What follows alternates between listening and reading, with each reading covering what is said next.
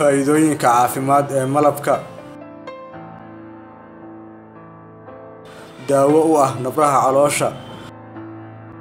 Malabka oo dhan waa liddi ku ahyaal dhammaan bakteeriyada kala duwan, sababtoo ah shinnida samaysa malabka ayaa ku darda malabka dhacamo kala duwan oo ay ka mid tahay walaxda hydrogen peroxide oo disha dhammaan ku dulnoolayaasha ilmo-qootada ah sida bakteeriyada iyo fungi-ga.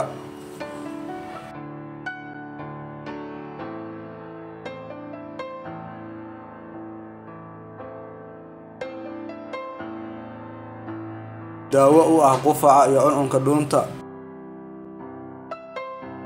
Sida ku xusan baaritaano badan ee la sameeyay, malabku wuxuu daawo ka yahay hargabka iyo cuncunka dhuunta in ka badan daawooyinka farmashiyaasha yaala oo lagu daaweeyo hargabka iyo cuncunka dhuunta. Sidoo kale wuxuu daawo ka yahay dhammaan infekshanada saameeya dhuumaha hawlmareenada sanbabka.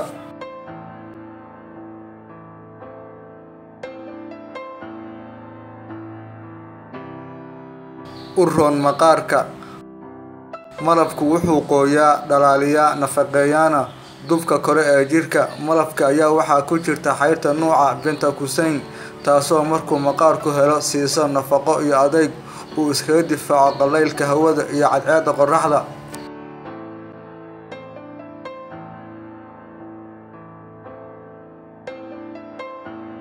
Nidaaminta sonkorta jirka.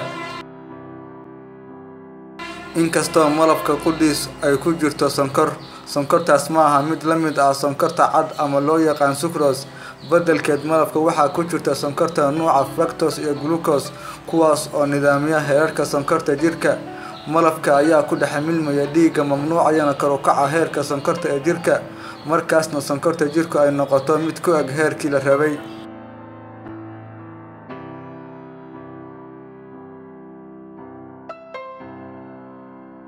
Ka hortagga kansar.